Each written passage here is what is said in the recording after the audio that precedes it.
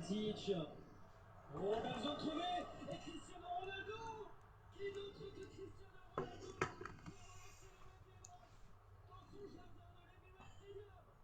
C'est loin d'être lui. Graine de Cristiano Ronaldo. Parce que là, c'est comme ça qu'on voit un leader. C'est comme ça qu'on doit répondre en tant qu'équipe. 𝐓𝐡𝐞 qui fait un bon travail là. Et ça reste que...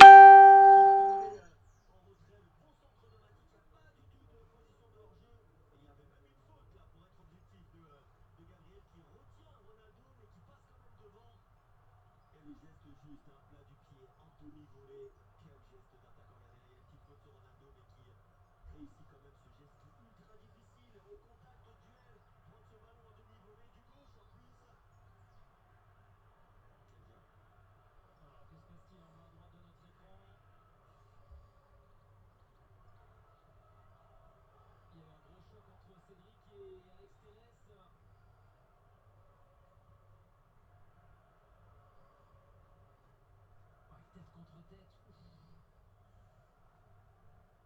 Ah ouais, c'est un duel. Ouais, il n'y a pas d'agression. Mais c'est sûr que 𝐓𝐡𝐞, lui, il a pris en pleine mâchoire. Et c'est le 100e but en première ligue de Cristiano Ronaldo.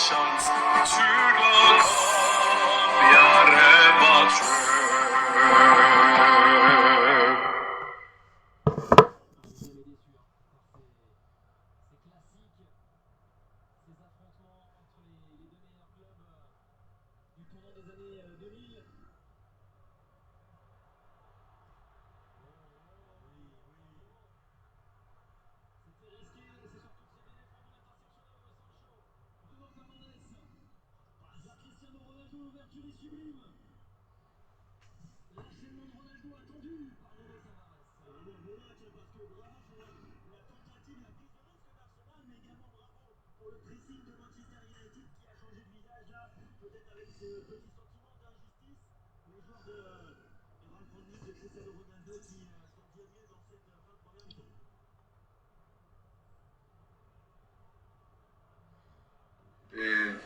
And the Kings meeting yesterday should be viewed as part of the contribution to the debate which is going on in South Africa. Why should everybody else speak and the king can't speak? And actually, we were in the hearings. More stronger things were said than what the king said. Yeah. We have had the Boers declaring civil war. That anyone who touches our land, there will be blood on the floor. Assalamu alaikum ibn banin be konto na bake Ramadan Karim. Lafitala drone ni mulu mbal be konto na follow in last 10 days of the holy month of Ramadan. Alama alaya abarajo dimbela nka minyi na kono worom Laylatul Qadroti. Alama alaye be ma so Laylatul Qadrola kila hormor. Gambia nkolu mbal konto na bake ngalon ko ni watin kono diamo siata Gambia bake. Disappointed bake because mbe iAfrica le jube kan iAfrica TV be kachalke kan mi yalon ko man nafaso. We have burning issues in the country. Mimben tel nafala be tel nafala, but we all understand Gambia journalist jama biye isilata la positionola isilata la radio kana sorong isilata foybe la lansinol renewla because unemployment o nyinke silale and which I understand wala atine bukela professionalism keno so we can keep on laughing at them yes so mbina la dami wala mu nyintiko boning isu bi mimbe Gambia wala mu na auditor report ani ngin land problem o mimbe caring Gambia have the most useless cabinet. The most useless cabinet. Bao, we have to give them we give them endless allowances. We give them telephone. We give them fuel. We give them utility car. We give them everything. So, malum, I don't know. Gambia, the most useless minister also. So, Barry, nkana se ko ke ka lan le kuntu kadila okay fine mbella bankom Gambia mu mbele tati bare laftan ni Gambian ko le wala kacha mben nomba kala jele after Gambian call could give their thought Ibn Banin I'll be very happy ni watu be able be later you can call into the program because mbe video play la jam ya lonko perhaps alte video alba jela just shortly but I'll be voice le moila. This is in South Africa. Mi alonko ifanalu ni land problem o siata South Africa ma fon la bage because it happened in Zimbabwe, it happened in South Africa found. So land appropriation on nying mune atina kumayata and we need to think about this in the future whether this will happen in Gambia. Land appropriation o wolom nyintiko the authorities that is the states ikafoko iteletamu land beti ika land busi land tiolla so andung ngajele Gambia loi fulale bije kombo the land is owned by the state but bolongo kono the land are owned by the land owners so bangu kilewaka so but in South Africa it is different and ngajele a very good South Africa dingo mi alongo aketa Julius Malemati the youth president for ANC fanning ANC parta on principles and ANC party wala tata la patiolo kafa EFF so what Julius Malema is standing for South African people, poor people. He is not talking about the ministers. He is not talking about the gotas. He is not talking about the rich South African. He said the poor people should get land. The poor people. But in the Labankoka, it is the other way around. Poor people all manyana land sotola. Let us give land to the rich people. Alinge danka nyintili tan labango kono. Alinge danka. There is nothing wrong with that. But in baby sirimbe nyu bruhaha bekela. You know they will have a thick skin. It's just 1 week. They will forget about everything. Because ya alone exactly they knows our mentality. Alinge danka na salol kono na suyudu labango kono. Alinge danka. This is what should happen. Because munon problem or bao Gambia mte fintila. We would never go out to fight for our right. Nintel nga foje ka fugo. Nintel be tuba abdu jan. Imagine tela do kudla if something happens there nka fintila nga demonstrate. Jang? Ha? Because mbe do kula jan na baluwo be jan to andal ka wajele everywhere in Europe here. Mantra do kula Gambia. Nintara si Gambia mbe bunekela. Will I just go and beg on the street? Al kafu mole ko albe sirin tuba abdu al kafu ko al finti Gambia. Yes, because I'll tell lebeje. Ninta fanambe Gambia no. Mota folanye. We will organize nga finti barin man tara Gambia mbe dami mbi ndekan na tax jo janneto nkana tax jo janneto nkana pension jo janneto so janne mun tela balu dulati Gambia manke tela balu dulati de ntele ka balu o ki Gambia bar Gambia manke na balu dulati Gambia la hapunta ka ke wulu dulati na fikiya ne anu ali continue ala abal buluje imagine every Tom Digan Harry mawo ma ibe text la ibe dani la ntaka jumal dani Gambia nka texto ki jumale Gambia nka fay kodo ki nyana nobody so albe o bata min kono laftal ye bole kono nimol diamuta yena yal nene $2,000 la aliya muta alkatalo mbe koma sam aliya dingol ne because albe be sirine tek barobe bulaka ngal dingol la minul be diaspora alka bulo ko say akom mu ba fenyen tangol le fama falye jumale be siri wodulato mimba folako majority min baby ye ni dinti je badimbe diaspora le minke nafa nabu kete nafa ke badin do nafa le mi yalon ko la bodin be bolete kanne baral lañi nafikiya imaje sa ye momo ñi dinga gambe antara suta salol abe jabila ñaadi you have to clean up your hearts janne man senea tonya alako ibe lalate alala man sabaya clean yella ko Muhammad sallallahu alaihi wasallam woma la kilariya molet ñimmu foundation lati in Islam we have to number 2 ibe believe la ñinna la ko ite ñanta ka jako bondile i ñanta salo kelale i ñanta tala makale ni ya sembo soto wol bemu these 5 pillars wol bemu islamo konole bar Gambia bi muna islam sifa bi nafikiya is the worst of worst ala jube kunum be gunjur jamo kono jube ka kenya jamo moto ifango ka lon ko typical nafikiya le be jang wotuta gunjurum kolle bulu atuta kenya jamon kolle bulu atuta altelle bulu nano aliyo fananta aliya decide Senegal dingul ka bonan Senegal la welfare kita fewo fendi alonko Gambia government will take step on that wala na kunu nga safero ke Gambia anko who is in charge of Gambia is it Barrow or Sall malo fo mo dole na safero jelo anko who is in charge of Gambia is it Make uda Sall Gambia dingulun tel ñom mo furi ngon tel nga fo ndabe wararing manke fendi na fikiani hypocrisy kola ali amra nyimbe mu politikole ni politikolo nga balbul politicianol de wolle be Gambia marala politicianol wolle ka Gambia mara because ika political party le dada aleta carte fayola wallelo independent mi yalon ko be politikolo fanankela ha ebe politikolo kala ni min ko ndate politiko to isopio ting bari alnyanta mi understand la Gambia land kensen bi dalasi million lulo katade bulu at some locations ibuka land sotonoje fo wanyanta kela Gambia mi ye mira bijilo wol kololi wol ker serigne wol alngata years back wotumo haniye mo soje la buka song aka fol ko jammu wulo konoleti bi you will spend millions of dollars pour ka land soto wolto albalo nako auto development o binakar bar falbe mira kanne ko al dingol la nyanta futula wol nyanta dingol la sotola wol nyanta sidula le sotola why altelte mira la alla future la only your present you want to be thinking about that and alla present fangal buga plan bar ni mol yafo alko ha yalo mansa mimbesir mansa furi mbesir ngal kunto mune atina ni okay let's take this an example now Adama Barrow is the president aya fo minister le ko fa Adama Barrow ma laf manka mankunda e develop alafta manka mankunda e develop wala nata taw ayo suñar bungol loje say munat nata fo la minister le mbekkeno di lal momola in manka mankunda le why he can do that why combo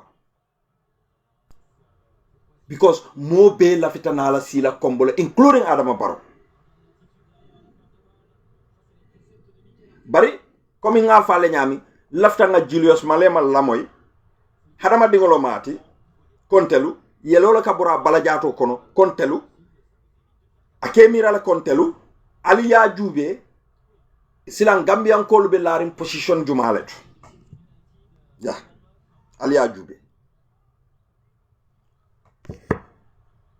let's just listen Didn't say it in a diplomatic way, they said they straight in a very provocative manner. But we don't get angry and all that because it's their contribution. It's an emotive issue. People say all manner of things they want to say. So we don't see yalo YouTube lo mu kany advertisement ol mi YouTube lo King's contribution. YouTube lo mi ka advertisement ol mi bonni wati dol we've been listening to. And actually we see the King's meeting as the most progressive meeting because they are preparing to receive the public hearings of Parliament which are going to 𝐾ZN. Unlike others who were shocked when we arrived that they didn't know there was such a process. So the King says they are aware, this is their contribution. Part of what people are suggesting that, 𝐾ZN must be an independent state It's a contribution. It will happen if it happens through democratic means. Anything is possible in a democracy. There are Boers who are calling for a separate Boer republic since we can't find each other on the land. They are not elevated. They are not projected as people who are actually provoking war in South Africa. All of these contributions will not intimidate us. We view them as a robust debate in a democratic South Africa. And no way in... Malum Falba understand can all come clearly. Can somebody show me a thumb up? Because this is very important. This is about land. This is about appropriation of land. Alinga lamoy nyinka mimfo. Land appropriation means a state or the authority taking the properties from the owners. A land is owned by our local people, and our authorities are taking this land from our local authorities to be owned by them. To be owned by who? The state. But the state-owned land should be mandatory purukawo issue to the state. For example, a state want to build a stadium. A state want to build a market.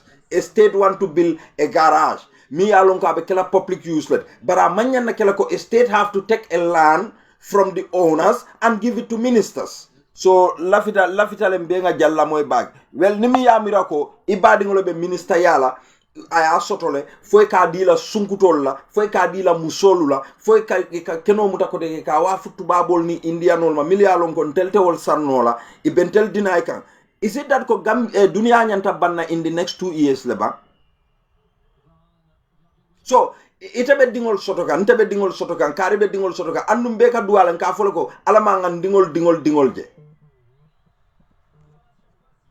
Hold on. Hello? I saw them online with it.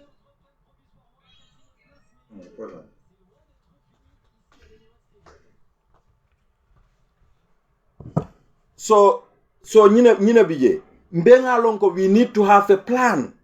Mune ati na mansakunda be kenolu takan ni mansakunda sulata dulala ikatale yewo keneti yoluje yaitandila kon sulata jannale sulata la for this purpose. Bari mol mili alon kon kokordal be bulu America nkokordal be bulu dulal to Dakar mi manke Gambia nkokordal be bulu everywhere in the Gambia nkonkana koteke nkana kenol chike nyimo furumuli ba dankatolu ima kate balye ima kate falye ika song Gambia ka keno di wol alinge danka wallahi billahi alinge danka nyimo furu nte Gambia ko fango. I think I'm just going to pack up my things ngandaha Gambia diamola. Because this is going... Why are they frustrating us so like this? Dunia bentel ke kan jele fengoleti. Minister li telebe telefono dealer. Ika jumal le kolila nyin sunkudu den kurungol dron. Telefono. Tonya, tuabdu jang. Sometimes you get a phone. Ila doku dula. Ika dila purila doku dula. Ila doku round. But that telephone ka control le. Ya jube fwete dung ila outside job ikanyin telephone la bilo haindile to call on that nko mo nyafa mama I remember ntela do kudla nene na boss nene meeting command ko telephone bilo was high ako ya jele ko some people are calling international calls with it. I was not even guilty about it because in man wo time of answer to use that office line konka Gambia la commande. Nka international call mun tole mu iko Morocco nko good nko tamanke Moroccanti. But okay, I can have a business in Morocco maybe to call there. But actually inata lonko ntelunte. Jumala kanyi minister la telephone control. Nobody. Sai koy kana ka keno di wala muna ne yadi sirif tambedu la because sirif tambedu muy la loyalty. So sirif tambedu fana mbay tan la ko albe keno di lante fana nale nte at the end mbita barole fango support la ka Gambia destroy ana andu ni luwolu mbe baro support la mbe na la Facebook janne mbaytan la ko ntatale nka barole support sa 100% pour ka Gambia destroy, because this is what Gambian people want. And wallahi, nobody can stop me. Nadia Tanya, I will do it. Yes? Who will stop me? Molbe tula diamo la dron buruhaha diamo ni adi minna mola dron ni mi yala moja listo dron zip dasro. Look, janning mbe na malema la funko play la fanan koteki. Alnga muru the original owners of the land. Milk fango tamu kenoti. Kombo mu settlement dulalati. Bar kombo dingol bijele, kombo originalolu bejele. Andu ila alfali wole dua. Pour yirwa. Because kombo ala yirwa kejele. Ba beje, they have land. Mi alonko the land is fertile. They have land. Mi alonko it is for settlement. So kombo ala yirwa jamala keje. Anata say koteke Gambia la mansa kundala dokuo be sentata muntole kombo. Because official bebe kombole, dokudlal bebe kombole. Major dokudlal bebe kombole. Ministerial be Gambia la ministerial bebe kombole. So everybody want to be in combo.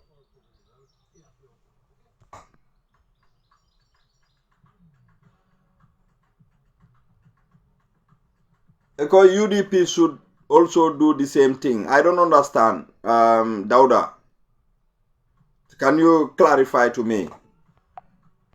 UDP should do the same thing. Malo yemune mean UDP should do the same thing. Ite nyanta munekela before you will say UDP. Who is UDP? UDP is just a letter. What is UDP? It's just a letter in alphabet. So inyanta kamuneke. Tell me. What should UDP do? Can you please tell me? Or you can even call. If you send me a request now, I'll accept you. Puriya fonye, why UDP nyanta munekela? You can explain to me. Itebe Sirila Zonoto, Ibela Jisumami Neka for UDP. UDP is just a letter. How can a letter do something? It's just a letter. So you have to, it's clarifying, what UDP should do. So the landowners in Gambia, for example, nte Bama bota Kabilo Minto, Brikama, Jarkunda, Kabila Balom Bojangolo, Mbama, nte Bama nenaman tambehani Jara Somala. Ala tamo mumela be adanta bondal kombo foni bondal Gambia mbuluba anene man tambi hani jara somala boron kono amanjelom fereng ndela nga Gambia lo mbamati because ntenga na dindi yake makadle ndata dala fo basse ban mbama ne man tambi jara somala sondele Gambia lo mbamati mi ente wulu. So womu kombo lansari dingolati. But let me take example from nte fango Bama bota Kabilo minkon. How wicked they are. Ye jawya minke nte fango la. Nte Musa. Nte la Kabilo kono. Jarkunda. Nte lom barindim foloti. Barindingo. Nte lomu foloti. Mbama le seta keta dimmusu foloti wo Kabilo kono. Nte uluba. Wole keta wo Kabilo kono dimmusu foloti. Wuluba ala broda sol bije ala sistal beje ani minul denta afama ni minul denta barate fama la karola adamalon di musoti so ala di rest be mu kewollet so ntele nata se nketa mamol kono mbama fama adingol kono mbama fama dingolu ntelo mu fosu maringoti ke nde kel kono ntelon forcement maring ko nketa barindim foloti nketa mamarim foloti nketa mbama dim foloti. So let's go de wotu montel dindi ya waton katamba mama wala kunkoto nimi ye Brikama secondary school ko malon yewo ma yeta fo dewru yeta fo marakisa abemu Jarkunda kenolte hectares hani kene kunto hani one by one imadi mbama la sakontelo ya be wafu so e kon telewo ni ano ngatalla silo kan ngalla pereng jimbawol ko to ngalla marché to they don't even care about us. They don't even care about us. Fondel manyana so ni ma di ntama fo yente swala ntama ke bojanti bari mbama mu bojane fo mbama ma hako soto to bang ye mbama bali ya dingol bali ya mamaringol bali ya mumuringol bali everybody nobody is going to have land in them. Yo keno be wafu imam fendi mbama la sa intelbe keno bondelami. What do they expect? Wolom nyinti ko Musa Sidula wo tuta tele buluje atela la be kala nyama la life kono. Are those people helping me? Do they even love me? Fo wale ente kanule. Ntani milbota yele killing. Ime fango kanu wala tinda mansa nyine lo nafiki ya mimbe kuo kono imaje mansa nata mansa kunda do kula jama bije be bota bolongo kono imaje nate balla kenol betalal bulu kali tante bari tel famal ni bamal ta wol muy talti. This is good. What goes around comes around. Alientel bali imaje sain dol fangol beje aninte fango baringol kono dol fangol beje dingol fango man lan sot say wol dingol be kala nyaadi le ni duntan na subal ko ne kamera sojar campo bundim momo e bundingulo ifama wala suokon because they don't even plan their money ni ela ko ni e wokeno be wa via besan subola yata musolu nyini ite fokol kelaje alkafo molye ko kari de mbarindi ngolom e barindi yemune kaye nothing absolutely mbaringol alilla moy bide wolatina wolum ngakol ke pa modum masoto because brikaman kolle kala moy la fanu ye nanyin kumo moyno nene tata pa mod la radio to nganyim kumo foje yes ntel manke bojanti barinte fana mu brikama lansari dingol ko wuluta brikamale andum ba mamu lansari dingol ni kewlo mas keno hani sefoti no jele muna mu nyinti muna fan kongo mu nyinti muna fan jawya mu nyinti bilal be wurla man sakunda be na kenol be tala ibadi kam ministal la ni man sakunda ajal telle folo la du ni man sakunda ajal telle folo la du so sa nte be kala nyaadi man kene soto man korda soto man hani jimbango soto so what do you expect me to do andum altel natra ko altel mama wol miliyo wodula wo wulol tay ni wol yaken wala nyama bi altel be wodulal wafulal ba ma fal kana wafu bari mbamal la jumu minta ala dila bari ka fuko dimmuso nyimbe momo be la moy kanja niatra ko yekkom bo connection o soto ali nyininka miliyalon ko e balle be je ye balu bali walla ni kenolu tala ya ita sonna fendile balla ni ya wafu ye nay ko dindindi wala yanni be kodo dila mbamala keno dila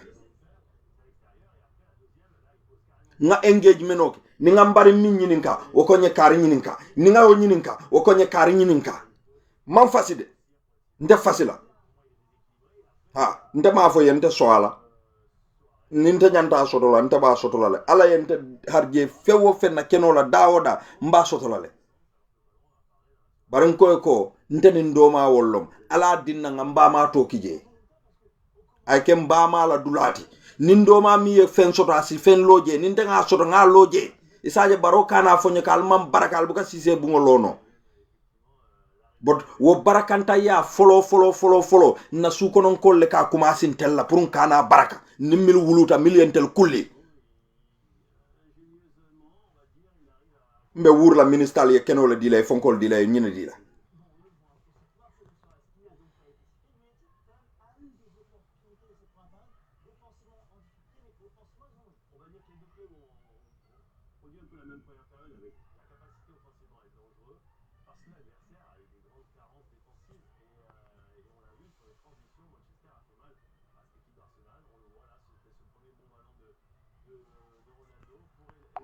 Thank you Lamin Touré. Aleo buba sanya minjana ala o boraringo. yalon ni dunta kene kuwo kono Gambia ñing physical planning mu big problem le di Gambia. Physical planning is a big problem.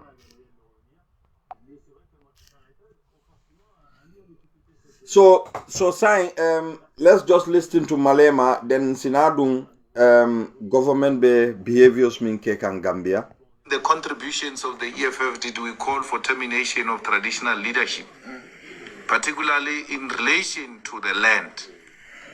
We have said to the traditional leaders, including the Zulu King, let's make contribution to the process.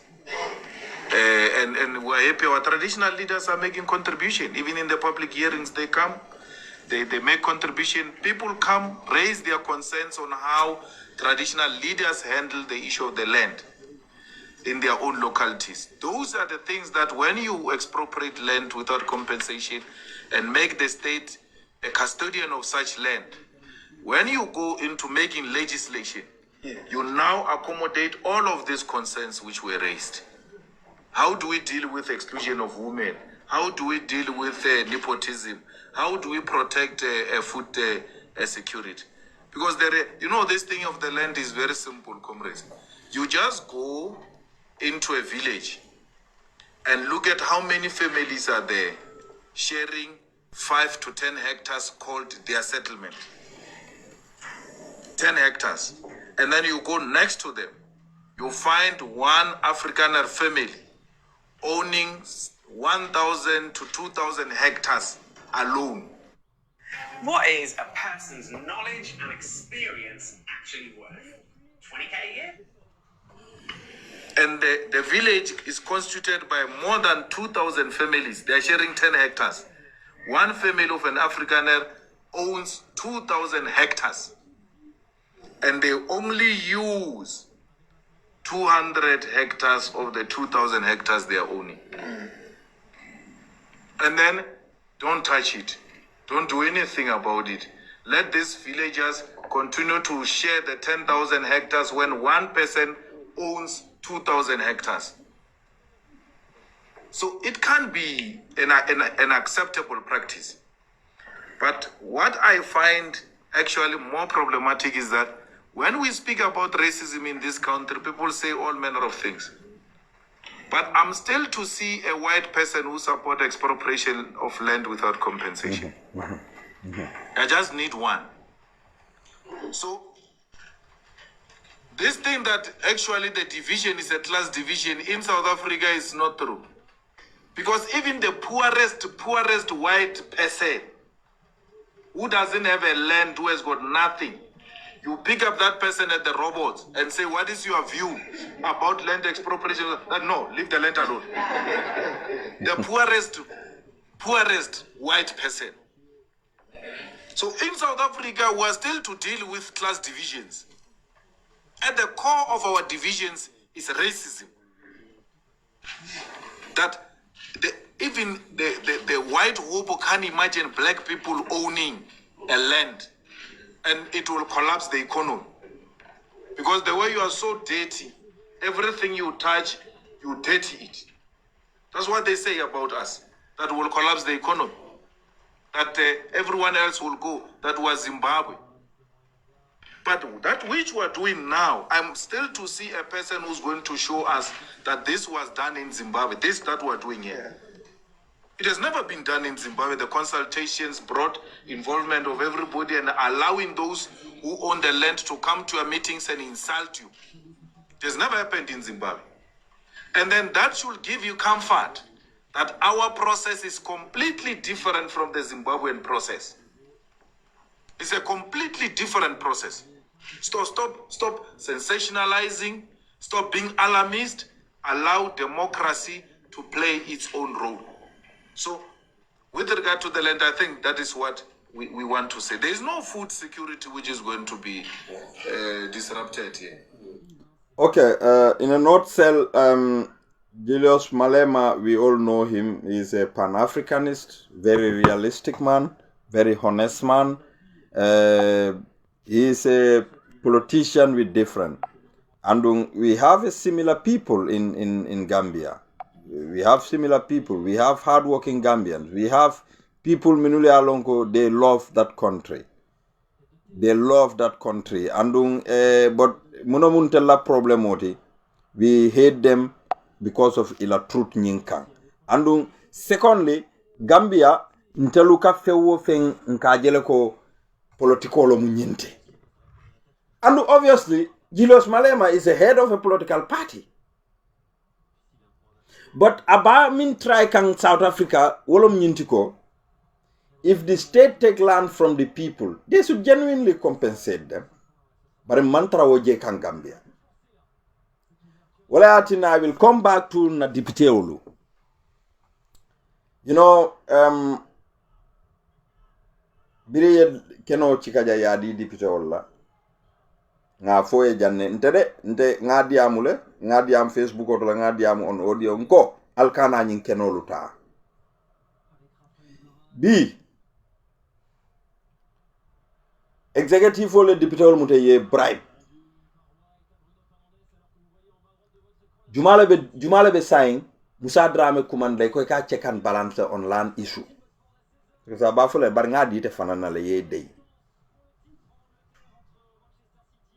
wala tinan na ñing koren député ol abal bulu molu binu min alal kan e ka faale ko ha bar won nongli atala ta ni gambe ankol diamute batata be delale e mari itala ko lafta ila legacy la.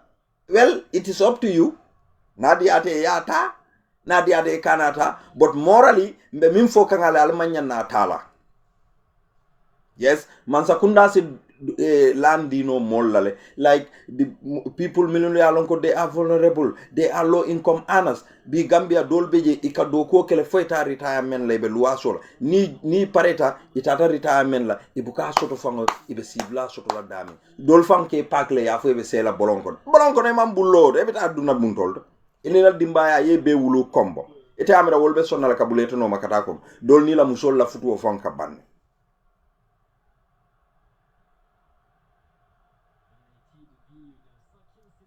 Ngamira science no mbota jube la janko allegedly ko mambure njaye ko raso do America. Bakar Baji ngamira mbota jube la janko Bakar Baji la ministre ya kono ye kordado nene bondi jam foto nyande ala le yalo iko Bakar Baji ko raso do America. Sai ko kana kordal kuntu kadi wolle ida bigilolo mbam fo bur fut lombam is egal ya dila dawo da fo le nyanta kake alingam fangolu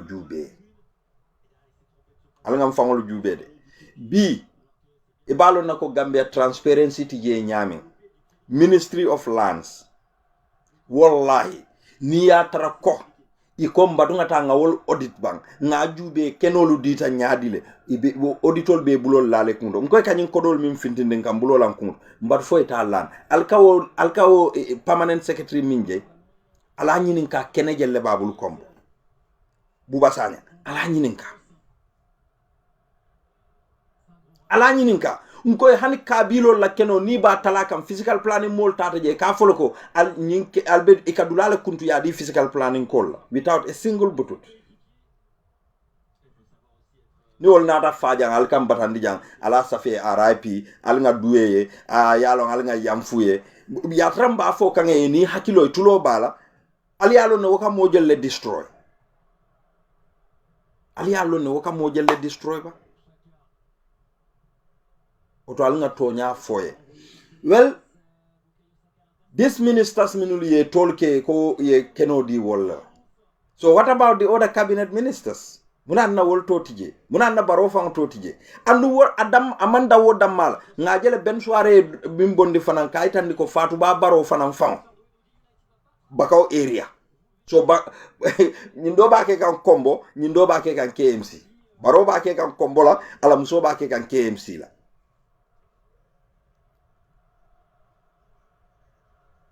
Nyantale mbe minkela wala mu nyinti ko. Nyindi diamu. Gambia man sakunda neneten tel dankula. Neneten dankula. They will do what they want to do. Baro na tale ka fango enrich.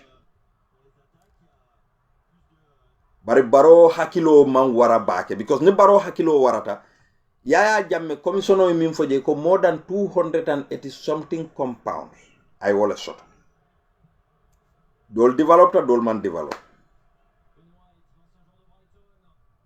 ko mbokkono kankangolu gadinolu mbenga jel sa ni Yaya Jammeh o ta kom molu bulu ala fo molu ko alta television ala fo ko nko momo ya lon ko de nene keno sotole adunta Yaya Jammeh la keno fonko kono lafitale aliya la kaytolu sambana in alphabetical orders nge jube mil kontongo folota ela wolle binani watikari ni watikari mil ta folo falieta z saje imobe kanana nyola je aliye programme moli la kaytolu nati aliya lon kene jumal lomo aliya la reviewing ke ni ya tara de Yaya Jammeh ala kodole bonde ay kene sam mimbulu fanan wo fanan si senea ay koy barkana ka nyapi kabilo la kenolu kan alse wo fanal koyndi minulu tamu aliye la kenolu tal ya murundima baral ko ha Yaya Jammeh ministal dol la kenota bar nyim ministal be kono jumalo mu Yaya Jammeh la ministati no na to min beje je motije min keta ministati juri Yaya Jammeh style sirif tambedu nene mamo ya nala loya ya be ako Yaya Jammeh kenole tate bulu sirif tambedu de alsemira bake alsemira de alko albal la samale dadala albal dingol la samal dadala you don't care about the welfare of other Gambians niano wala sama destroy ala manke sino mansati de al sinte nene no ale modol nene no baralte ala nene no la de alde ala nene no la say Ahmed Babe list jumalto Musa Drame fama be list jumaleto Adama Barrow be list jumalto Sadio Mbalo be list jumaleto bawo Mamboure Ndiaye be list jumalto Baye Lamine Diop be list jumaleto Badara Diouf be list jumaleto alko Yaya Jammeh kenol le tal bulu Ibrahima Silla malo Yaya Jammeh tara kene jumale ta Ibrahima Ji Sankare tobe list jumale to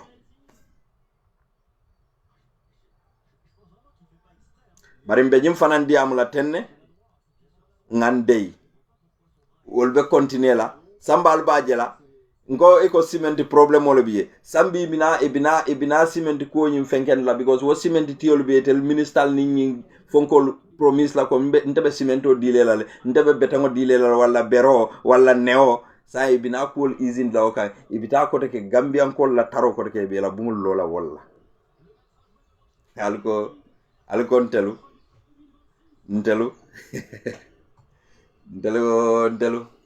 gata jele fengoti mfaon la banko kan alfelenti jama babi jebe tubab du bi ni lafta keno la Gambia e ka costume fo keno nyindo you cannot afford it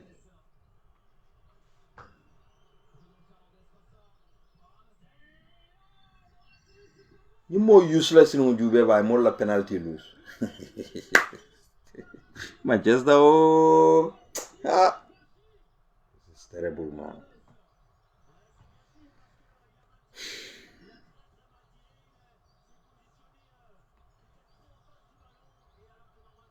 so ninko pour nga kene ko nga serious na mansakunda kan we have to engage them during the political campaign Ibrahima Silla ya fole ako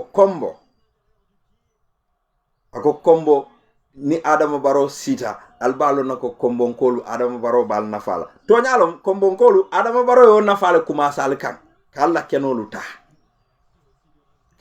ta bawo UDP ya fale janne e kale ko nintel gagneta mbe land commissioner le londela the land owners ila kenolu be murule kanne alko hani ntelman sula wala sa alkamuna buri karal ngela kenol tuy bulu altal yalla bungol lo Dawda Jallo wol altal bunjahol loje nin nata nin mal labla so don kanal danin ka wachi mano ta alla perangol koto because na al falio wala duwa una be keri Musa Darame kutija mantara minke kan Gambiankol andu momo kamera ko barobe Musa Darame baylal aya bay aya jube aya jube ko minister dolbi je wol fanale baro muta kangole to because mbeñaɓe corruption o min ɓe tama kan Gambia ngamira science ay nom kotoke auditor general report bota fintila mi yalon koy ko 669 million dalasi state house ka wole withdraw no special security account mi yalon ko abuka audit state house account jelle beje minul yalon ko abuka audit special security bijele ala lon ko national disaster fanana account o buka audit wol fanal buka audit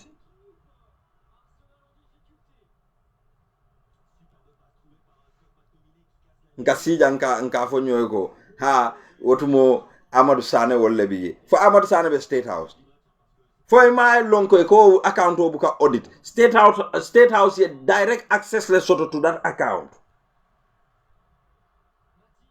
I remember during the time of the commission of inquiries Jana commission bring NIL nataje NIL were having money left, right and center.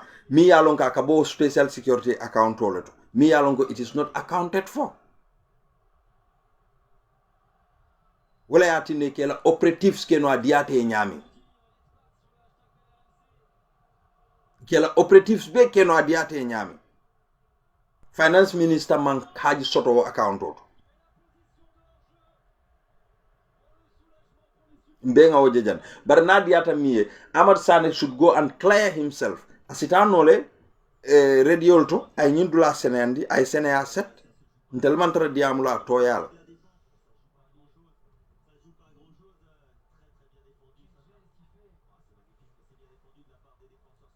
bari nyim fanam be diamula le fay diam yemes how many times long auditor general ka report o bondi munaka keje ngamere farmata jawara nyinin ka janne lumina dara nomination le kayko. Will you fight for corruption? Sidinja ya saba prakana JDM. Because they don't even want to talk about corruption in the Gambia.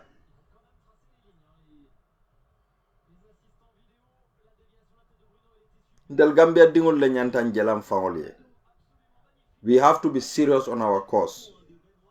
Nobody is pushing somebody here purka fuko alfitino bondi. Momantara wo foka. Bar min nyantaka ke wala mu nyintiko alif fintalie nyinin kan alla kenolla. What is wrong with that? The same paramilitary ni ate be wolle uselal kan kal tiagas molbe wolle la kelola nin polisol nin tikasol nin other low income earners pour kaje ko at least Gambiano be fair share of our land soto.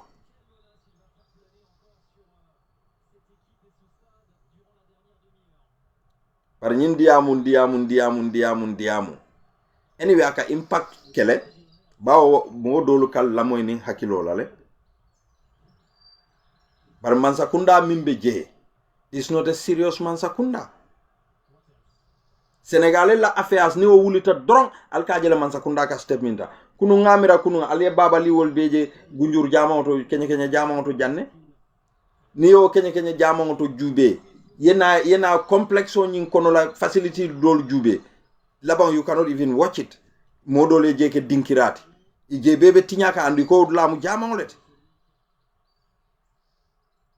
ala jube banko la molu ko e mol minul ki be boydo interview kanje ay muna fay akay ko yen nyinin kale be delale ngay jabi very rudely bari ngo wo Senegal e bola ko diata jumale be fola kela Senegal Gambiano leta eta tuba jamoro ikoyte bolaje because itel natal wrong pour yalla ta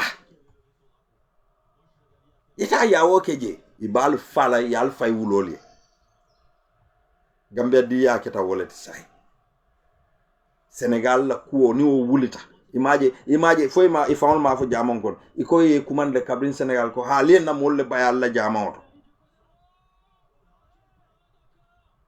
andu ya fojele fawol ya foje ko wolka bara sifa minkije bara tute buluje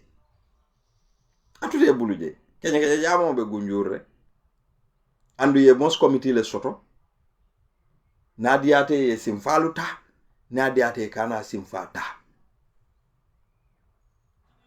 ikoy ka security le demand ngamira birim ba fo kanko security Gambia la security fango mume la be inyanta jube kulale ye tentendiro ke ye mo kendolu keje fo ma wo faja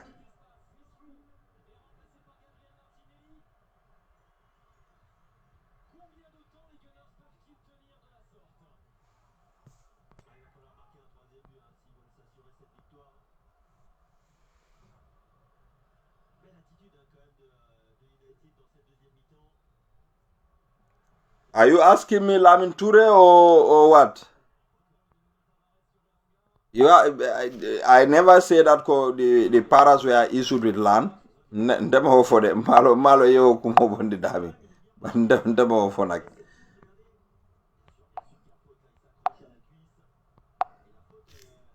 So need idea so you can help me with your idea, but I don't know. Yenyini karo minke mam fewo fenne lo. Because nene ma moy nene fana maje. But ni atrako, you got an idea about it, you can tell me. If the paras and police were issued with land, allocated with land, so nene ma kalamuta. Ngalonko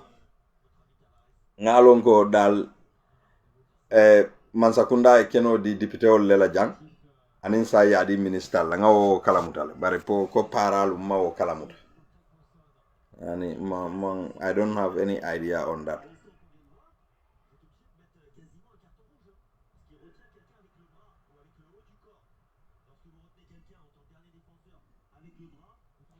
So ni land issue be tembo minto bi. We have a failed government. Na government failed tale. Albania ajele ko they are planning to cut certain things. But ibe minul cut kan. Ngamira wolo mu ila on nonsense incentive salt. Minul ya longo banku dimul ya complain lenu. Loptano la ambulance ol buka isanso soto bari minister la isanso nene buka manki. Minister la isanso nene buka manki. So what listo nyim faun kono ni ajube. We have Safia to Tangara,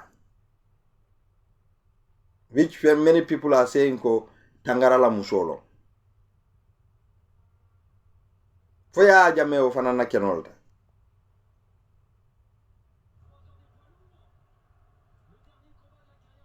Foya jame o fanana kenole taba. Is it that go Tangara la go sign? Okay, ndebe okay no mbe na musole solala na musoto ke. His Tangara don't need it.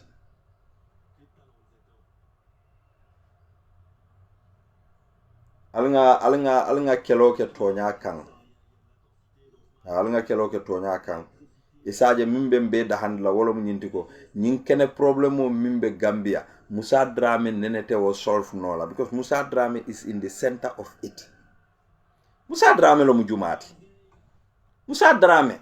Aka agenti yale kenu andu Musa Drame ka kena kuol topoto nun ala badin jama lenu milu yalon ko be tamadula ake makoy sako say ni Musa Drame le famo be siri wo kenol be ba kotodu ale muna expect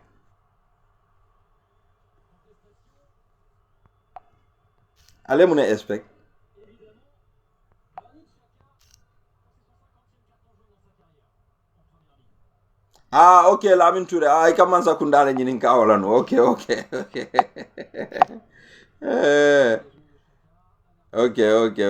okay nga understand so ni man sakunda ay tandiko ye nyala kol be kanne mol ko al reform solke andu ni reform sol kumayata bakel bar ni man sakunda be reform kela local government is key to that reform and insecurity. But wo local government fana fonga jinna local traditional rulers ol fana lukan na sefol ni na alkalo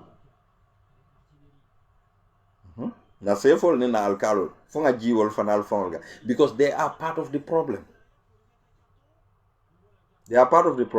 Foka mi ankol le bukalo nu ya jamme nyaade ka fa ko lafte sola kankan wala jan o kadra kabilo kono wo kankan be problème o le fangono so sain pour ka nyo nyawal ibuke mira samala iko ka di ya jamel asiko dindi la ko alta kayto dada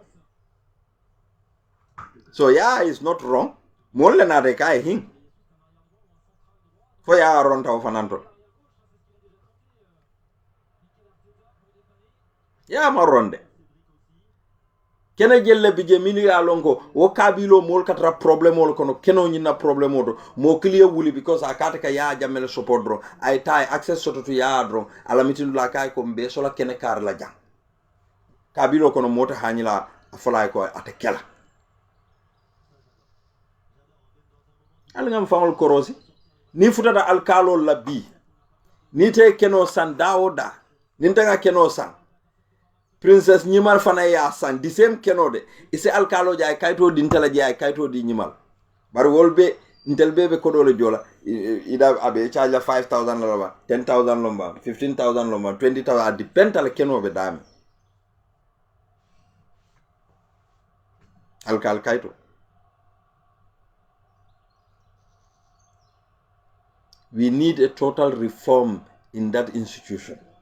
But as long as nyimol lebe sirinje buba sanya wolo wol lebe sirin tella nyin kuolto anene tekela buba sanya how many years abelan abuka boje I korraje le soto afamo be livre mun tolto I think Brusubi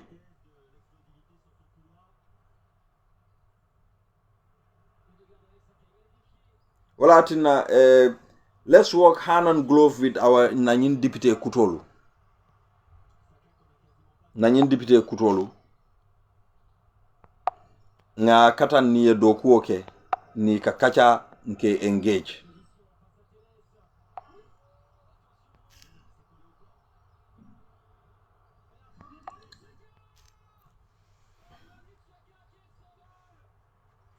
nga katan ni kakacha ni ka doku oke because ninni man kacha ni ka doku oke ku jamal lebe kelambe tula kam farine problème on nenete solve la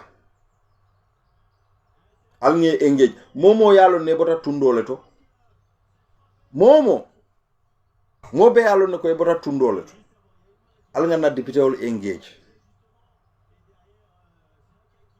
imagine honorable Yaya Sanya ye mimfo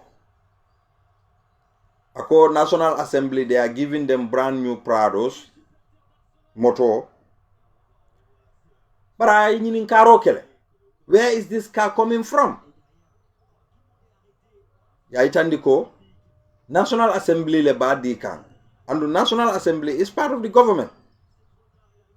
So this time imafuko barole ba dikangele. These are the questions inyanta kaminul nyininka. Because niko barole ba dikang. Then question have to come. How do he get it? How do he get it?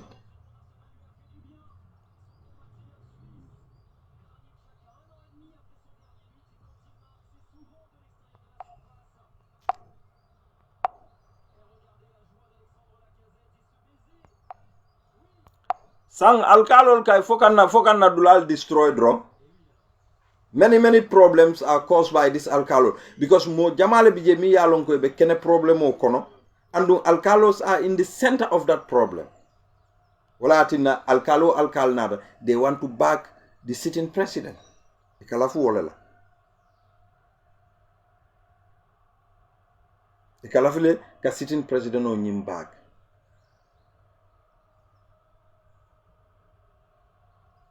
Oto fongam fangolu jube bakede nkene problemo ntelte nyimbannola so soon because mimbije wolom nyinti ko kenolbe minul la karola wolu tentel dankula wol interest amunela danko yela kenolu soto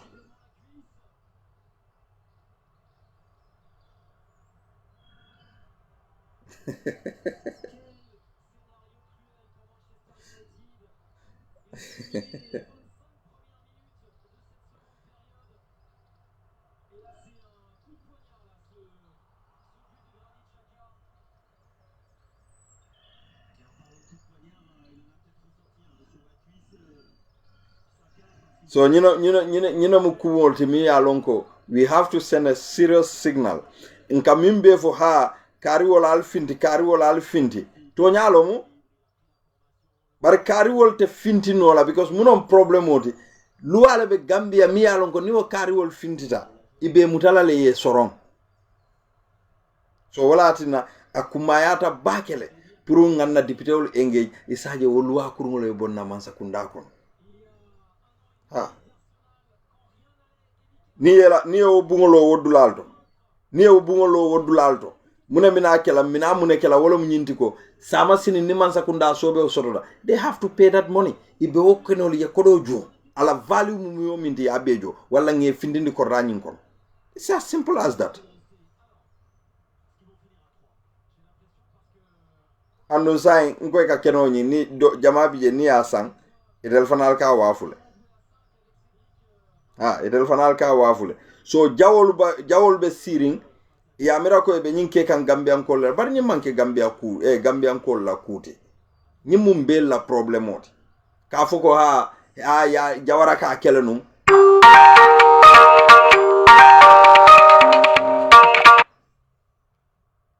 Ka foko jawara ka kelenum so itel fanal ba kelal. O manke questionoti de. Nte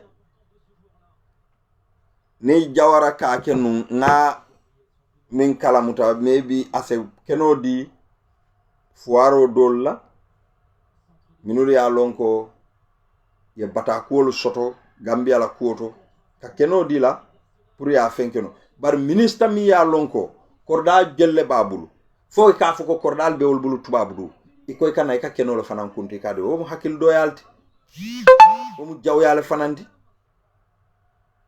hakil doyalo ma anu jawyalom manyana sonna wala but we have a shameless government mi yalon ko wolbu kante la kumira wo wolbu kante la kumira de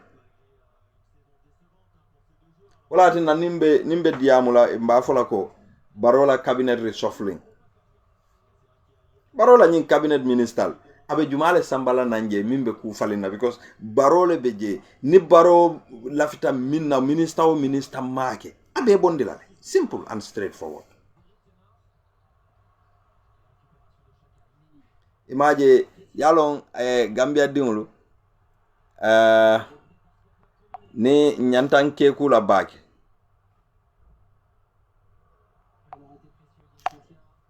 nyantanke kula bake because munon problem odi Gambia resources jamale beje bare Gambia dingul ka benefit resources jumala na black sand haynanje fontel ka ndel fangalo no black sand aka kenyadi malo na ba haynanje bi nyew dabe kolearin Gambia fa Kenya manyinya so Gambia ka benefit munela from mi yalongo it is owned by Gambian people. So the last thing min tutaje wolom nyinti silang iko mbatung yela kenolu fanaluta. Bar burfutu alkalo te hanyila ka mol kumandi alga nanga nyinko diam. Bijilo alkalo te hanyila ka mol kumandi alga nanga nyin diam kadum mansa kunda manyana nyin kenol dila nyinul. Ite hanyila. Maybe as a diabaliye but ite hanyila fola.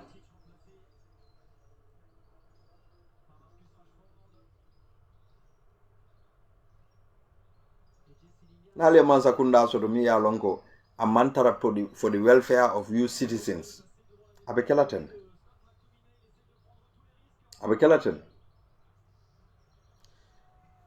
Yo badingol fanan ngajele ko NPP ko le meeting ke brikama. I don't want to give relevance to them. Iko just left I'll remind la fenela. Mi ya lonko ko cleaning NPP.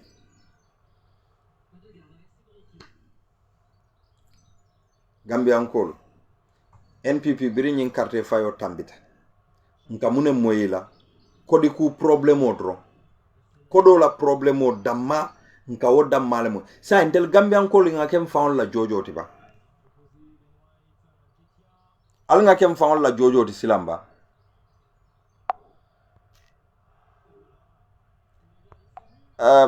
ibon bani na number be bulle ba malum foytele be call ke kan on the other number la ba mbarunga na telephone mbarunga na number safeje mbarunga number keje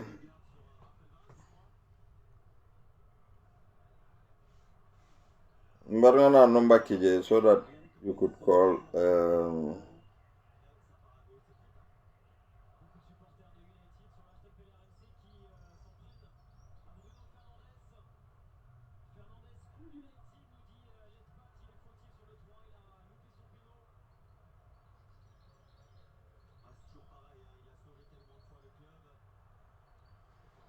0176701.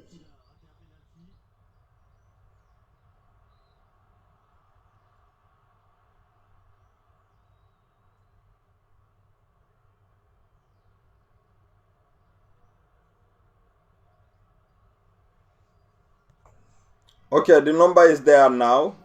Ngamre number do min call no wobe. Okay. Wo mu fongo mbe Facebook okay call. So the number is there now. If you want to call and then contribute, you can call, and whoever wants to call, they could call. It's a commander okay no.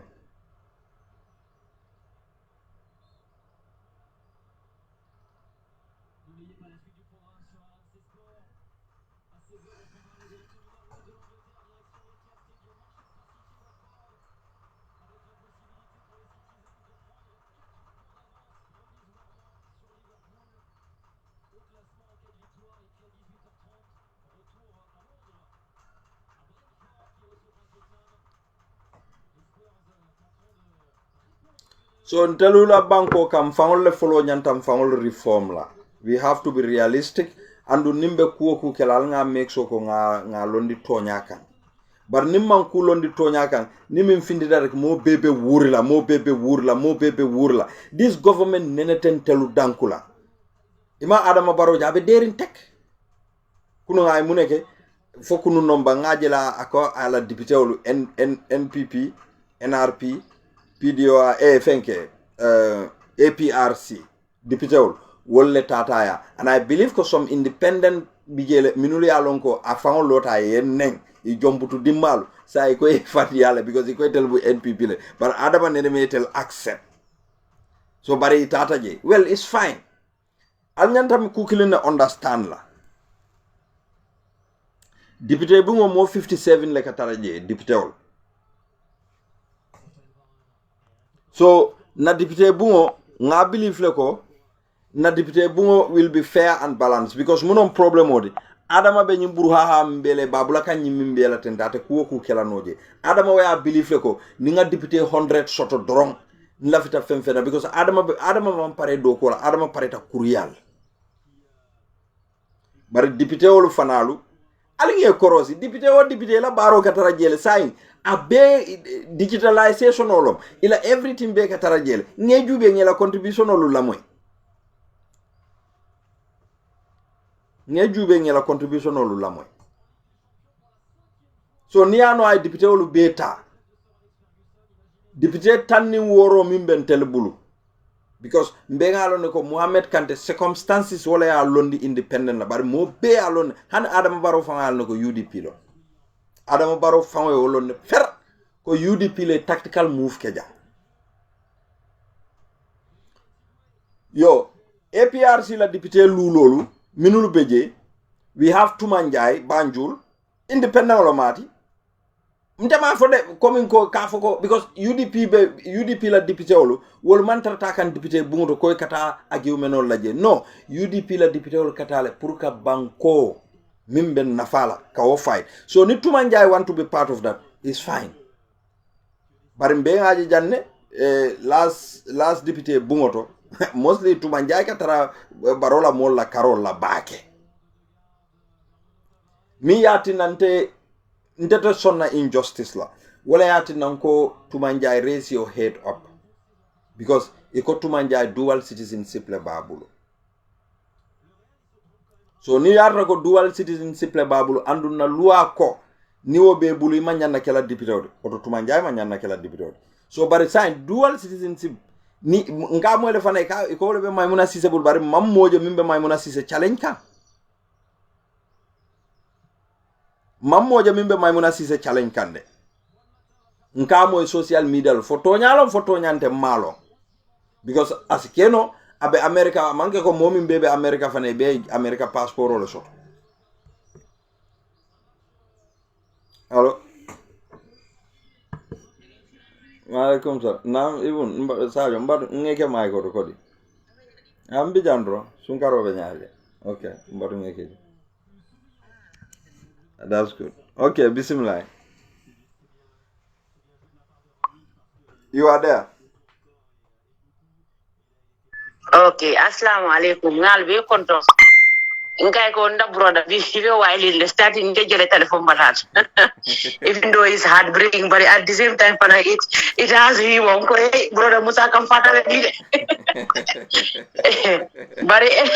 But Gambia la ko wele nyama fo jele sometimes you have to laugh just to yalla ye so jini demanding atu Gambia la ko ni ko brother no mo fanang aka min kira dal asine la health on affect no fan I'm telling you because every day scandal upon scandal. Every day scandal upon scandal ninyin keta bi sama ko dole kana ko take okay regarding about the land issue in South Africa because ngejele be mari mala fenko play kan about land reforms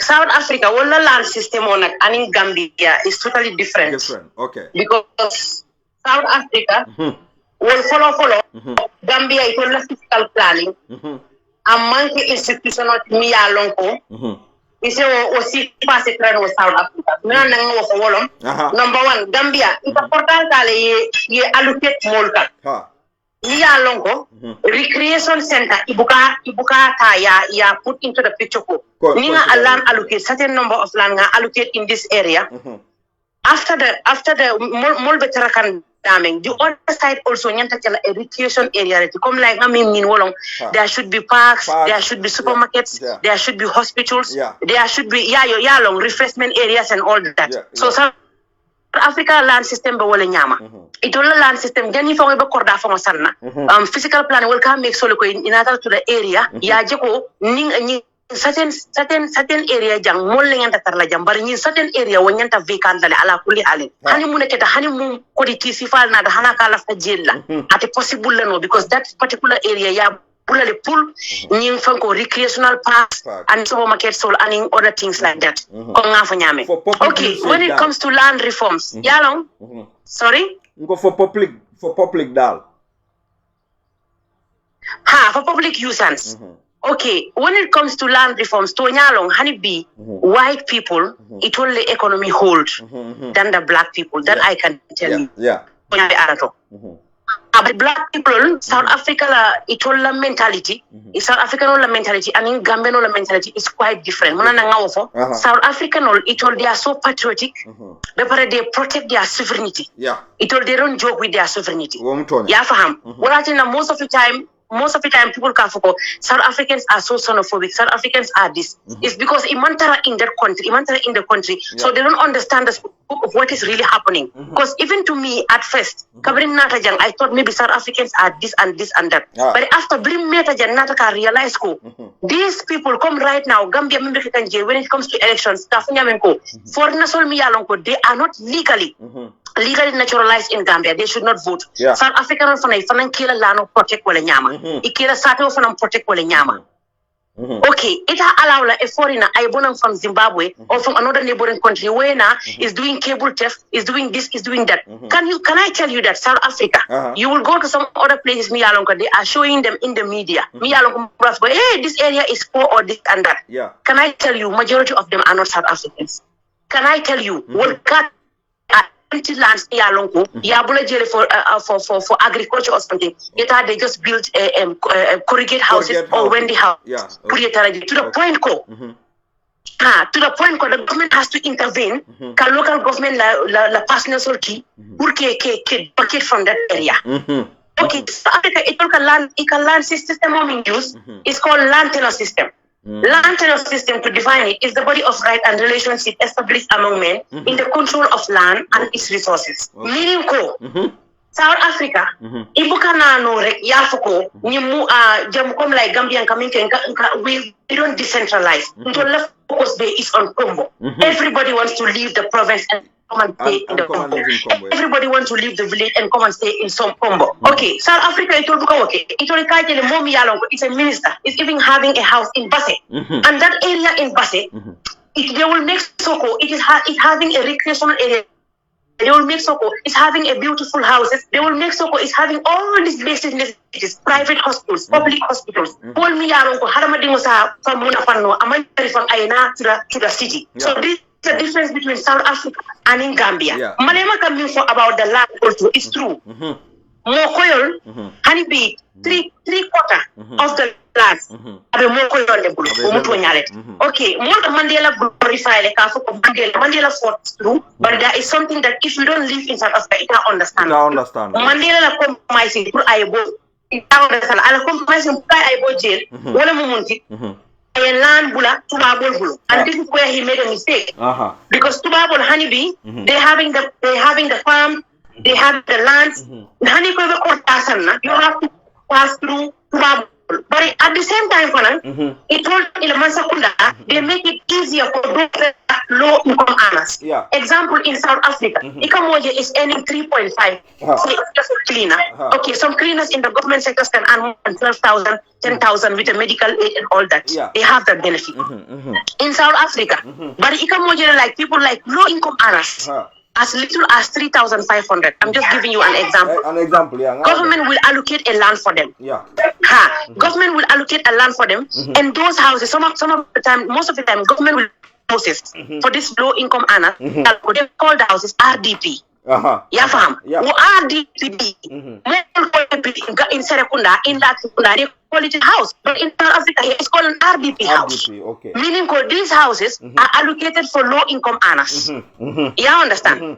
So, and also, the difference is in South Africa, come like example Gambia. It's very difficult for a police officer is working for many years, having a house of own, unless and until that police officer is being sent to Sudan to go and do peacekeeping, or another country, or maybe Atamatale, or maybe exactly, or maybe is overseas, but in here they have that system of the European honey police, so as little as a constable will have a medical aid, will have an allocation. Na land apply.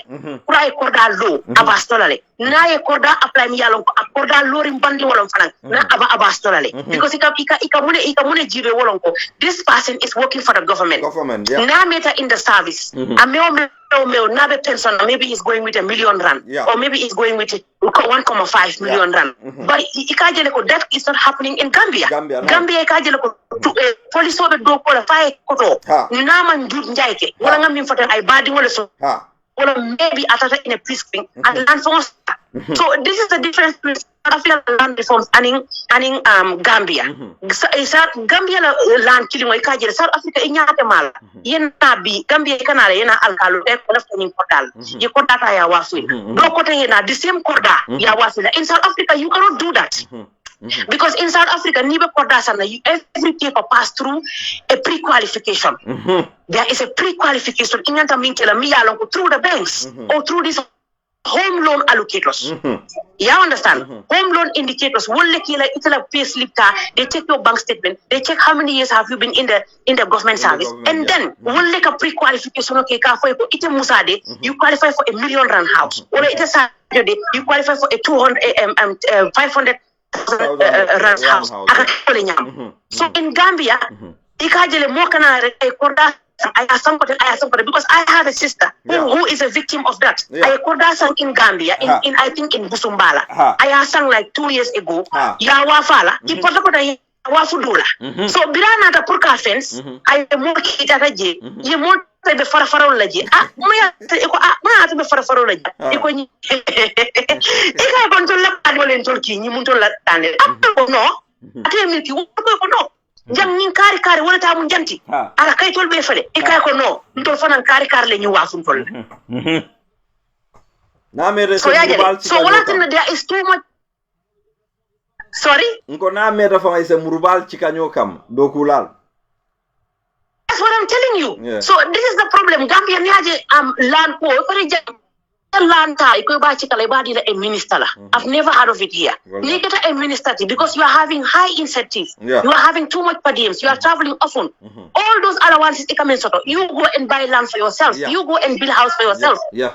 Not the government. Government alarming the one of those they're having low income. One allocation also from the government land. But it's quite different in Gambia. A minister who's earning with all those benefits, all those allowances, traveling here and there, earning the per diem, still is allocated a land in a prime area. Yeah. So this is the difference. Yeah. One of Malema is still fighting for land reform, land with compensation, because to be honest with you, 3/4 of the land, control it. Still now they're controlling it. Because they control the economy as well. Even though there are loose loopholes from here and there, black soul, to be honest, like sometimes coming for South Africa is decentralized. They are not just focusing on Gauteng. Gauteng, just English meaning, it means city of gold. This is word, meaning Gauteng, city of gold. Okay. In Gauteng province, like I am in Pretoria, it's a city, administrative city. Because South Africa, I think they have 4 cities. It's Cape Town, judiciary, you have Bloemfontein, you have the legislature, you have Johannesburg, the economic power of a city, and then you have Pretoria, that is the administrative city. Most of the time, most of these embassies are in Pretoria. Most of these big institutions are in Pretoria. But the difference between South Africa and Gambia, physical planning number 1, I Gambian soul fail because we don't leave a space for recreation. We don't leave a space for the market. We don't leave a space for supermarkets. We don't leave a space for other things. It's different from where people are gonna live. So this is the difference. Yeah. No. Sadio Baraka, ye explanation o minke ja. Niya korosi, South African ol ka wo minke. Nino mu kuti mi ya lonko banku dingol fao damate dunno la nyola because ite duplication sotola. Bari Gambia, e kanda min fan kumoje siringa, mba problemo kono sanji woro. Mba problemo kono sanji woro. Momi mba fole ko ngakeno sangale bi sang Gambia. That's true. Momi mba fole Gambia ngakeno sanne nimmo do mantara dendingala. Itama millon. Amansia. So physical planning. Yeah, physical planning. Maybe tough. O tafango ika kenolu sandaming akake molu minulu fango 30. Ika keno soto molu minulu fango bu. O taf kala esteto lo ayo molu tu ila problem okono because one ni kodo soto ibuka siya fairly. Jama be kono dolbe je ka agri ka keno wafi dolte agri la bari saje eventually keno nyi wafi so problem o katara within that community fango kono. So bari Gambia la kene problemo wallahi physical planning ininna alkalo lomunna problemo lomunna problemo and wo physical planning that's quite true. That's quite true. Physical planning staff so jube ba mo jelle be je mi ya lonko ye momo je sakola senior hierarchy sol kono mimba fole ye kombola area logistic area long alonko ni kenote buluje nene ya soto ya wafu. Yo, so Gambia la problemo is very sad. Yeah, but ni ajibe fanang brother Musa. Nte mi enjahal fang. Walat na I asked that question. I think on my timeline. Man of Okununo. Mi enjahal wolong. Ntanga min long wolong. Ning mafunda falinta. Just like here, bring apartheid banta ANC took over. From what I read and from what I saw and from what I heard from history. Yaminke wolong. They compensate those who were victims. Yeah. Example, those mi along if a manual father in the school, mi along. They are still there. They lose relatives because of that, because of the struggle. Maybe because there was a time during apartheid, Tubabol Canal and Mikatara, it's a prime area. In this area, near residential is going to be very beneficial to them. So when apartheid was over, they want to be compensated. There was a list. You can follow killing for a carry by alphabetical order. Nyante compensate the 1, 2, 3 certain order. So but in me and Jahal Gambia Wolong, Nico Bakari Baji, Minister Ibrahim Sidla, and Minister Dul. I've never had where Jamme Anala Tapale. Because I've never heard of Bakari Baji having a land before. I don't know, I could be wrong, maybe. Well, Ibrahim Sidla Fanangma Alonko Jambukolong. So Antanamina Moiko Damenko. Yaya Jamme, I need a land letter. Peperenia Kurosi Gambia, Gambia on Satemi Alonko, you cannot understand this. Gambia is the only country where you see the spouse of a director involving directly themselves into the affairs of the state. Gambia long a country you see a first lady involving herself directly into the affairs of the state. You don't do that in other African countries. You dare not do that here in South Africa. You cannot be a president. Yafuko Ila Muso is ruling in directly on in the open. Authorities have been commanding and all that. That is wrong. But how can Tangara Alamuso is a government employee? How can you give your land, allocate your wife a land? And Itala Muso Amantra Dogoka in that same institution. Only in Gambia and Kukakai. So me for it. We keep on ranting and talking. Sirif Tameru, the lawyer. That's what I'm saying. Sirif Tameru, because people are not poor. They are from privileged families. Yeah. We know that. Yeah. So Montano Yajame where land what I know is even if it will go Yajame they took their land. Why didn't you go through the courts? Yeah. Andu why they didn't go through the courts? You proof sol fango bondi banko yete lakeno minta. Let them produce a proof. I don't think that story is founded. That is founded story. Honestly speaking, those are unfounded. I don't think I don't think so. You know, I don't think so. But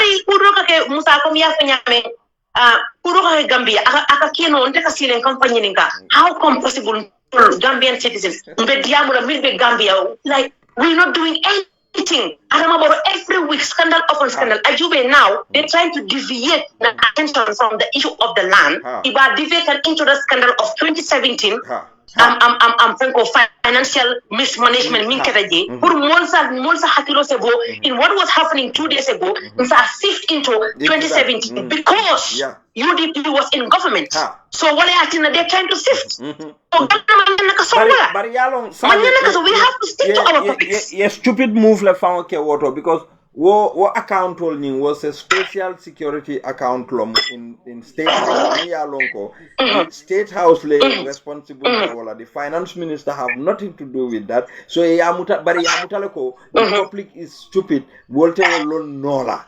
But in Yinatako, Wokuo Fintita Commission of Inquiry Stolenu, and Commissioner Yasen Loko, Alka Kodo Bondi Janmia Lonko, Mansakunda Famuka Kalamuta Kalkanin Kodo Fing. Nko Watolom, NIA budgeto Sotomia Lonko, budgeto Diate Jaunya, they were not accounted for.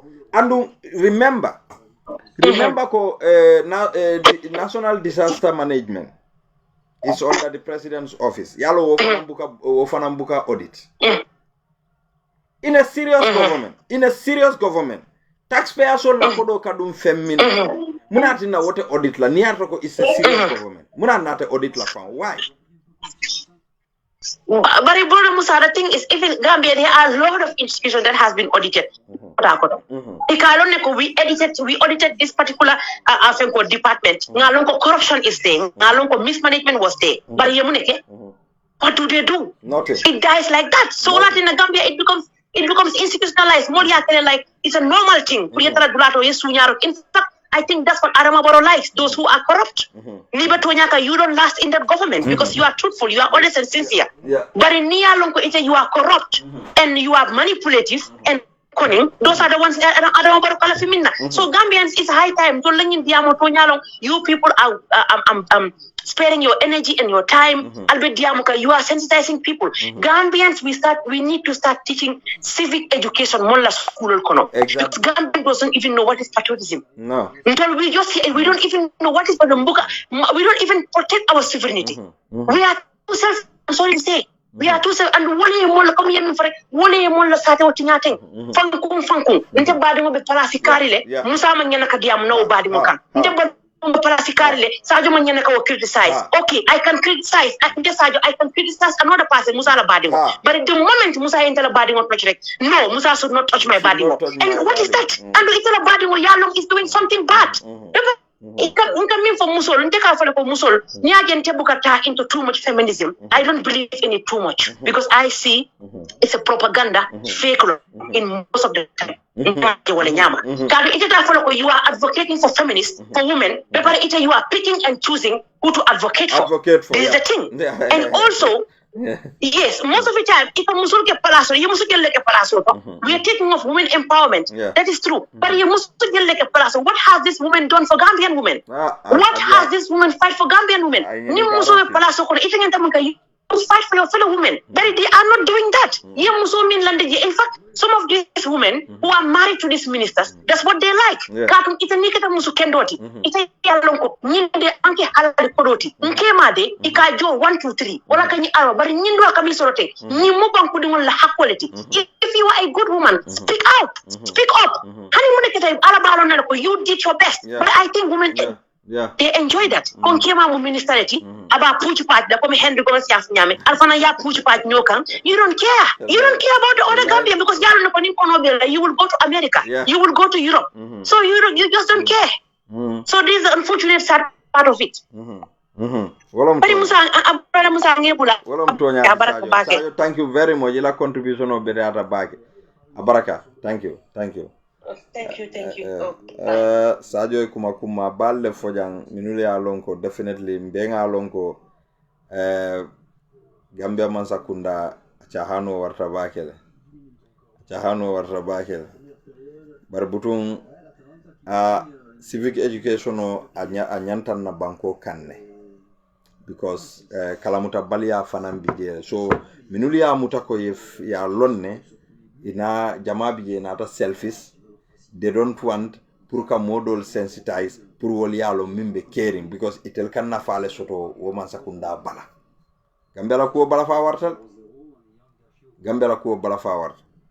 bar nimbota woto mina kuma labamo minto wolom nyinti ko yalon ntelu Gambia mfangol la problem oti yalon mo ikala intention le long follow yena foko e bala ko fenkela nka molu je hani Fat Camara hana ko hello people will pick that ya screenshot ya fenke jam. Fat Camara is very intelligent. Fat Camara will make you people mad. Muna alkante jele Fat Camara fen sa alkante jele nkanda fonka ala posta ko wa Fat Camara ka wulal telle kama. Because if she want to get attention from the government wrong, along ka be fenne safela pour public si react no nyami. So I na kumas kal fight kaitandal lako ha ni mansakunda teng ka mansakunda beteyandi.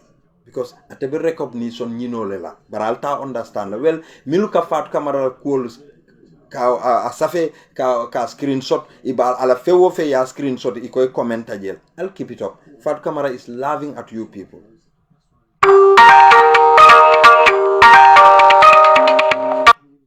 Fat Camara is laughing at you people. Malum fali wolon.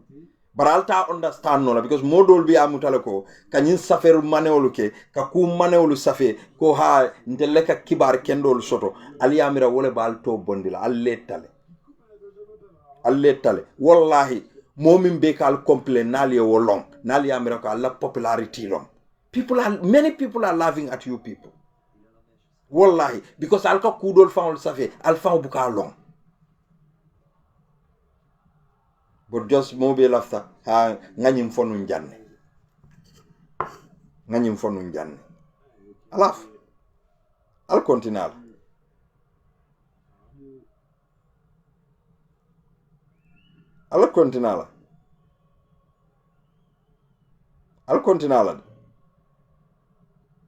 kadinjay lamin njay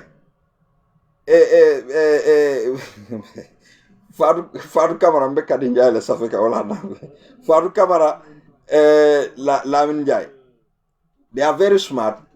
It's a smart talent.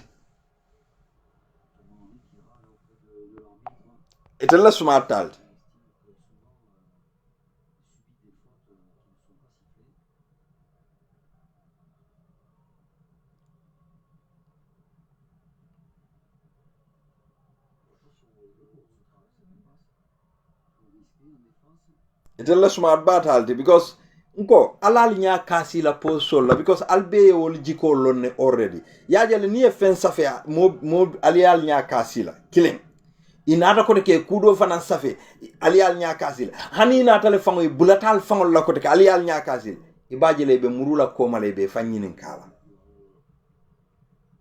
ibe fanyinin kala bara ke batle controversy be kerin ko mina rek ayal tella violon woto follow inene tajara controversy finti rek aya safe hani ake batule ayal la violon follow na la violon dena tena fintale in another way round because already akalono ko I will have attack and mbe concentration on mba sotola but nganyim fole nga fon people are keeping on doing it keep it up I'll carry on bari patio fana patio itafolebe mobe satisfy la de now I'm coming to UDP andum na phone call to diaspora lombang Gambia lombang nga molle tambindi nyato minulu ya lonko they are the head of every diaspora phone call na branch soluto mol minul be Gambia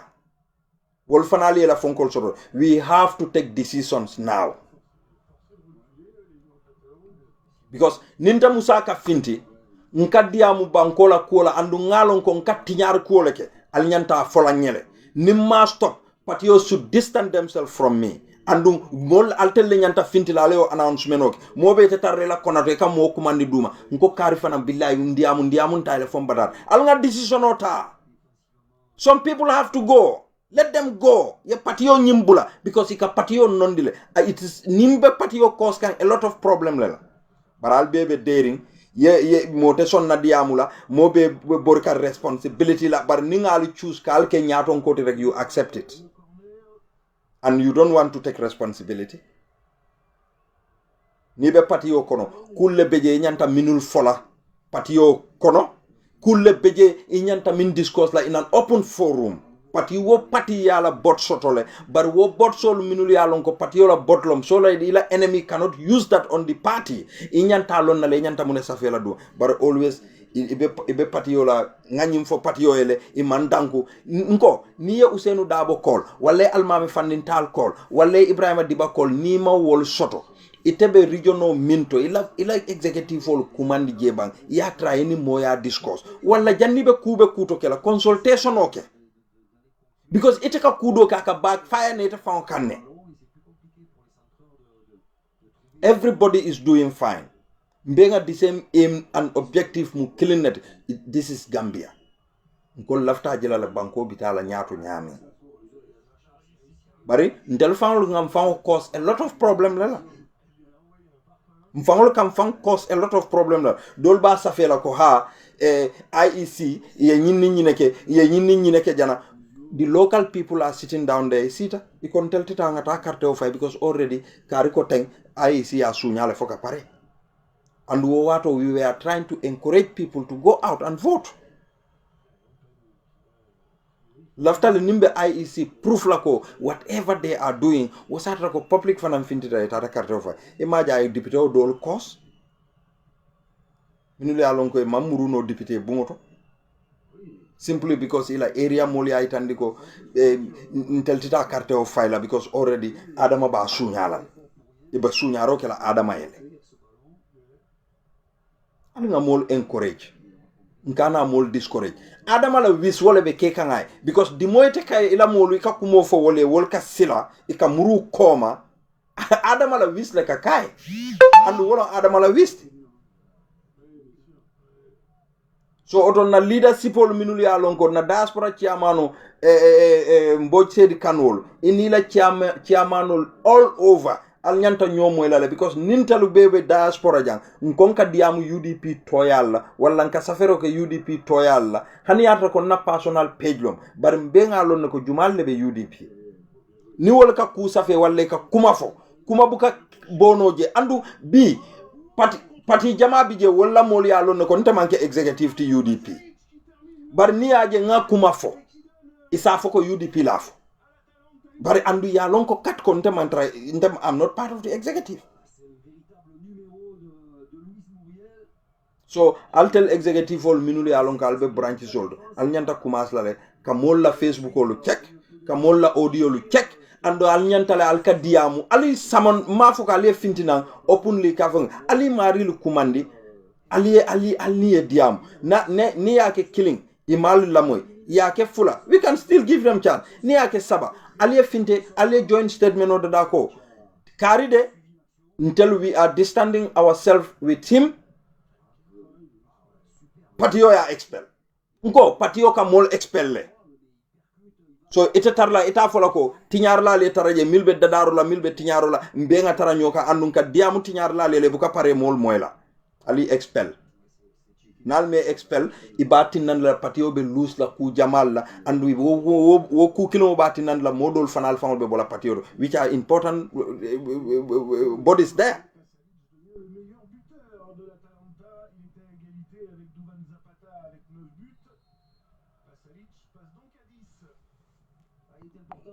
So alnga jube momobe dokuo minna nga continue na dokuo la drong bari nkana kija farato kumolu sambana jannibe kumo safela ntel nko breaking news ila breaking news alnga validate ye breaking news o di patio. Yes, you have an idea, but patibe action tano la nyadile without having evidence. Ni bela breaking news of fola a bag of with that evidence. Give that evidence to that relevant body so that it's always be min kelano. But imang evidence deal. Iko danko dronga nyin ala fenk. Wolf iba investigation o ni la investigation okay imang any evidence sort of no. Ite ku kelano je. Because ni nyanta tala complain na IEC ke nyin kala muno mila evidence sort. IEC nyinin kawalla ila evidence o munet mbenga IEC mol je janne before the parliamentary election it had a sanya ikoy kay tandi wolla ko because ka information ol mil moylo ha momo ya lonko carte o ba bulle moma right soto ka foy ko e manyan na carte o fayla yes and womu tonyality but IEC le ya tinna mol jikila teta fo mol ko they want to put the law into their own hand because nga believe le ko mol le carte o soto banko ka mil manke banko diwt anu jumal le ka ko carte kayto di wollom IEC imaje bi fafa sanyan tata I Africa TV ako musu saba fo ki an wuro kan nomba ako wolu meta je sanji tan saba woli e dingol wuluje par ni man naturalize fo fafa malon ko mo katara banko kan illegally more than 50 years but nying NPP call mu big problem le because ibe tawol amanke ko e malo muno mu forinati ya lon but because they believe ko they can do it moto kuno la je uyin dalilo la atine kanyim beke gambe encore well alnga doman let's try to work together na banko be tinya kan ne de na banko be tinya kan economy is bad, health is bad, education is bad, agriculture is bad. Now ibe mune ke kan na land beta koteke italia tala nyote ma for their future puritel la future sa intani la future do why can't we think like this barni ni te mari be tuwa duje bina tala Gambia ye moto cotton din sang ite amira life danta wolela moje lebita kan Gambia ni yalon ko ikata lifo la comme tel sifalo moto be buluje bari man korda soto mojelu because ite korda sannola korda kilimo e ka fo ko 500,000 korda kilimo e ba fo le 1 million ite be ko do bon la mun tolo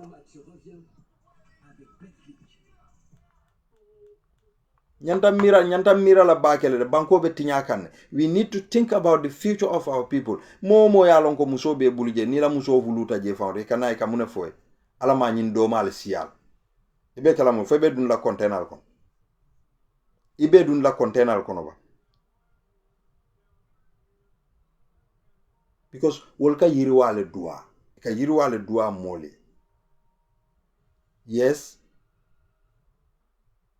duwa talo min mo hadamadi wo hadamadi nyanta falala amin bari be dundila mun tol yeddingol sambanan duniya kono yene batandi duniya kono yene sofandi duniya kono bin telbe tembo mindo ndelbe kordal sankan ika kene ken sen fo mole more than a million plus sa ndel dingol jamano be kala nyaadi imagine xenophobic be kekan South Africa no la right long ali amoy ibun banin la janne to nyalon ka slum sol jele in South Africa bari mun jumal le kawke lun tawn le kanane yeta korget bu manew loy fawnle dula beto be la infrastructure be tinya because lun tawn ka mira tela interest da malela bari wo buka dia banku dingole so wole ka problem o sambana ntele mam pare nyi nako nin lun tan ne be dunna nyola Gambia we are welcoming every foreigner par foreigner be na banko tinya al nyaay Musa Dramé jël sain ngaje koteke monkey pako mimbe bijilo wo dollar he want to sell that to the American people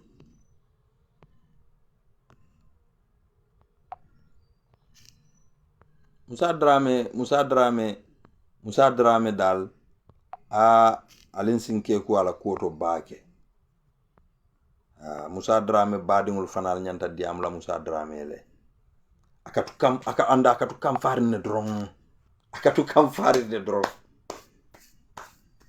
well mun tala kumoti be danna jang kambe danna jam be mo be tentula mbal jayla baake yin kene ko molu sa jube ni ministalu ni arta ko e moral soto nyanta nyin keno sen la bar nyilte nyin sendi la de nse wolon fer fay senea so alkalolu minulu ya lon ko e keno di milla ma fam minna wo sate molu altalla alkalolu ya aliye balang al finti aliye tawo keno ta aliye balang let them bring paramilitary yal bunkidole yal fa mol salon ko alfa ta la banko le pour al dingol la samal be wala keleka